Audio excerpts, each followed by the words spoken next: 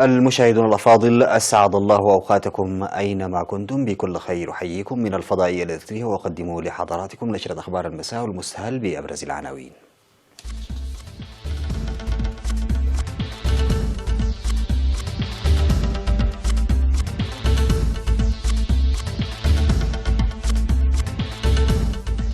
إريتريا تسيطر على آفة الجراد الصحراوي. مدرسة وارساي كالو بيساو تقيم أنشطتها السنوية. اجتماع حول أهمية ضم المعاقين في جمعية بنقفة. عشرات القتلى في هجوم على مسجدين بنيوزيلندا. إسرائيل تستهدف 100 موقع في غزة وسقوط ضحايا. بيونغ يانغ تدرس تعليق محادثاتها النووية مع واشنطن.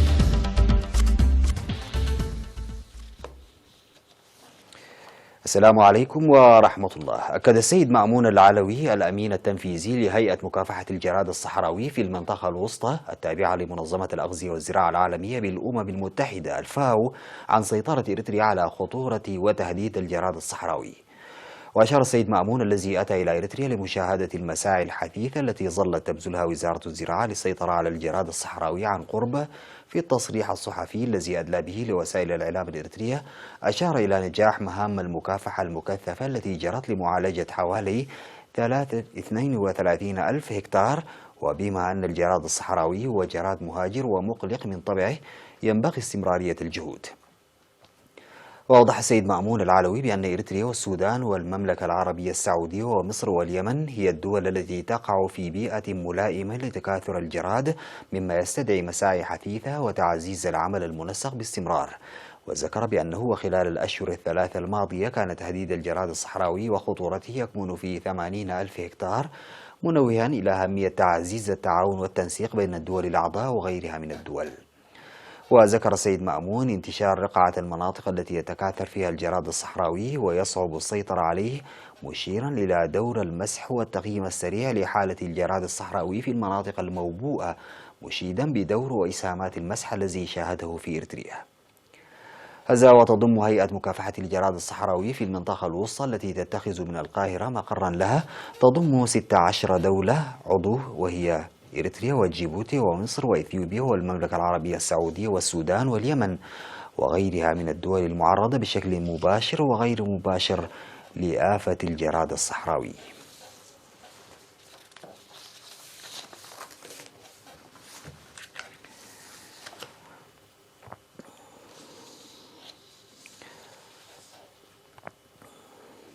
أجرت مدرسة وارساي كالو التي تستقبل الطلاب الذين أكملوا الصف 11 من كافة المدارس الثانوية بالبلاد للمشاركة في امتحانات الشهادة الثانوية الوطنية، أجرت في 12 و13 من مارس الجاري اجتماعا تقييميا.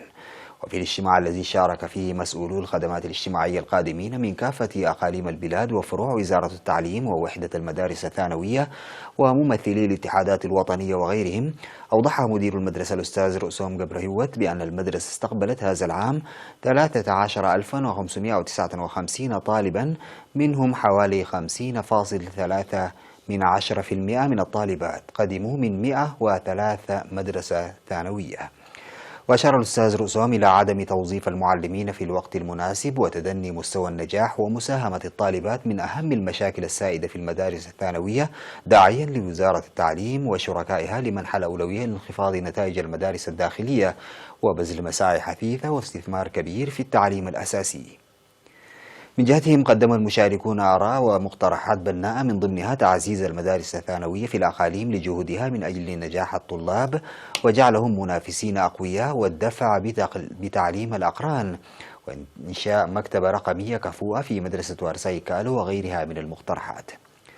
وألقى وزير التعليم السيد سمر رؤسوم كلمة الختام وأوضح فيها بأن الحكومة فتحت فرص متساوية في كافة مناطق البلاد، مناشدا الجهات التنفيذية للمشاركة في الاجتماع التقييمي للحفاظ على الإيجابيات وتصحيح القصور. وتشير مستندات مدرسة وارساي كالو إلى أن المدرسة استقبلت منذ بدئها أكثر من 200 ألف طالب وطالبة.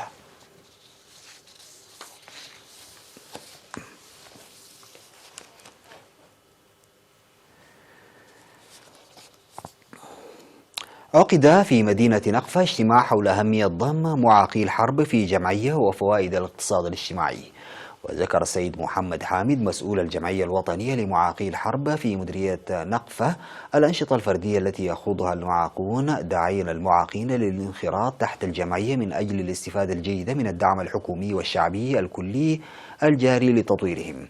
من جهته ذكر مسؤول وحدة الخدمات الاجتماعية في المديرية السيد تسفاي إيوب المعاقين للتأطر في جمعية من أجل إنجاح الجهود الجارية لاستقرارهم وخلق بيئة مناسبة لتطويرهم، داعيا المجتمع المدني بضرورة دعمهم.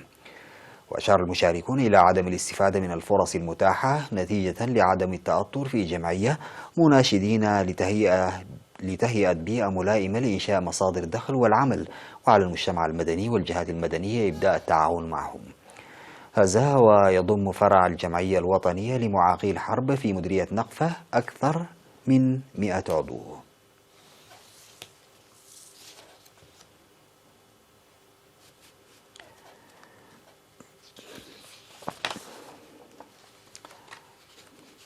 عقد سمينار لطلاب المدرسة الثانوية في مدينة حقات حول أهمية القراءة لاكتساب المعرفة. وأوضح المشرفون على السمينار بأن القراءة تسهم في تثقيف وتطوير الإنسان، وعلى الطلاب تنمية ثقافة القراءة لتوسيع مداركهم إلى جانب التعليم الأكاديمي.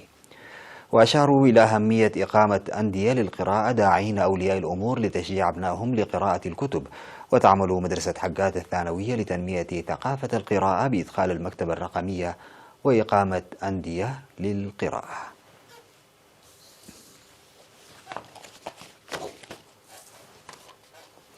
عقد مكتب الاتحاد الوطني للمرأة في مديرية قلعلو سمينار تنويري حول العادات الضارة وتأثيراتها.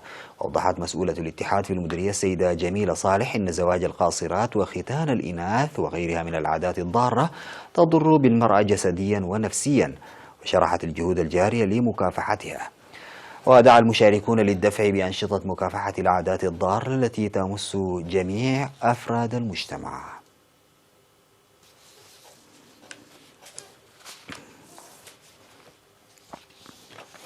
أزيح الستار اليوم الجمعة 15 من مارس عن منافسات البطولة الإفريقية للدراجات الهوائية بمدينة بهردار الإثيوبية من خلال منافسات سباق السرعة ضد عقارب الساعة للفرق.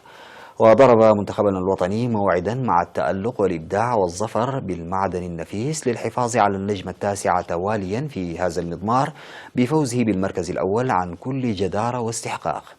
وحقق منتخبنا الوطني تاسع تتويج له على التوالي الذي كان قد استهله في عام 2009 بعدما أكمل المسافة المقررة وهي 46.6 كيلومتر في ظرف زمني قدره ساعة واحدة و42 دقيقة بمعدل سرعة وسطي استقر عند 46 كيلومترا في الساعة الواحدة.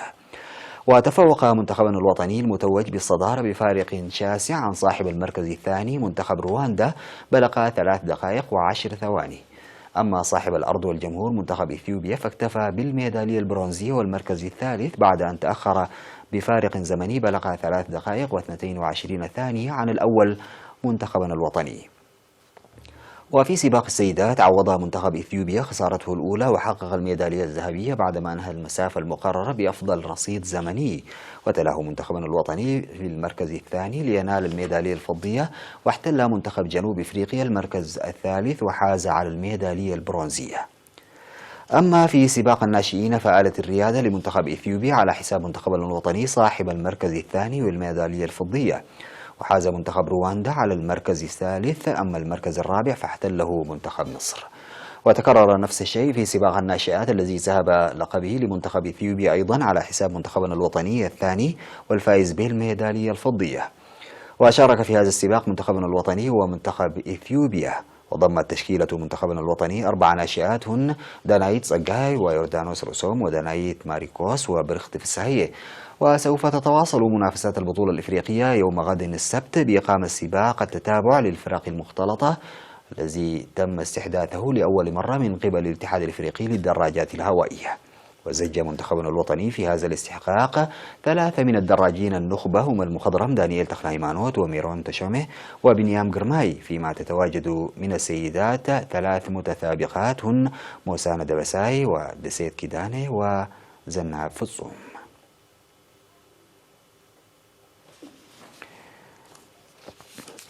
نتوقف سادتي مع فاصل قصير ومن ثم نعود لمواصلة الأخبار.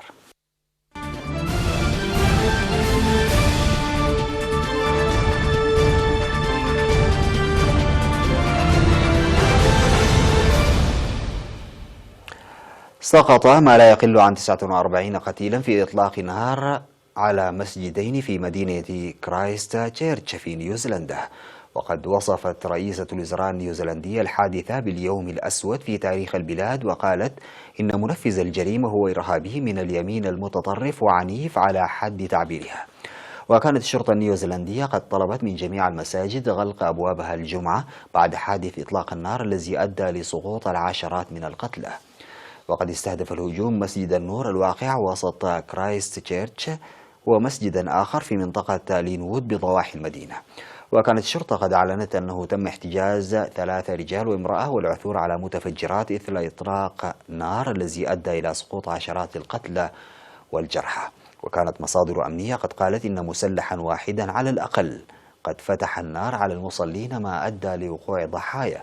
وقد كشف رئيس الوزراء الأسترالي سكوت موريسون أن أحد الذين ألقي القبض عليه مواطن أسترالي الجنسية، وتبين لاحقا أنه هو منفذ الهجوم. قصفت طائرات حربية إسرائيلية عشرات المواقع في قطاع غزة بعد ساعات من إطلاق صاروخين من القطاع باتجاه إسرائيل. وأصيبت في إحدى الغارات على مدينة رفح جنوبي القطاع امرأة حامل وزوجها وفق ما ذكرت وسائل إعلام فلسطينية. وقالت مصادر طبية إن حالة المرأة حرجة.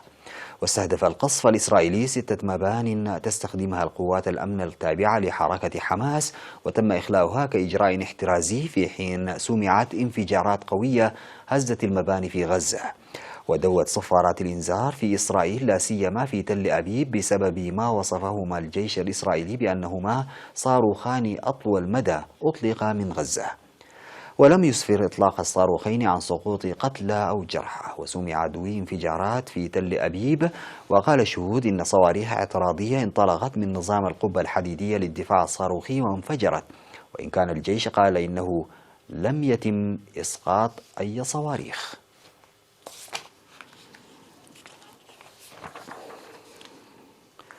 تدرس بيونغ يانغ تعليق محادثاتها النووية مع واشنطن بعد انتهاء قمة هانوي بين الزعيم الكوري الشمالي كيم جونغ أون والرئيس الأمريكي دونالد ترامب بدون اتفاق، وفق ما أفادت مسؤولة كورية شمالية رفيعة المستوى اليوم الجمعة. ويأتي التحذير وسط قلق بشأن موقع كوري شمالي لإطلاق الصواريخ التي تحمل أقمار اصطناعية، حيث تم رصد أنشطة لإعادة بنائه في الأسابيع الأخيرة، ما أثار قلقا دوليا بشأن احتمال أن تكون بيونغ يانغ تستعد لإطلاق صاروخ بعيد المدى.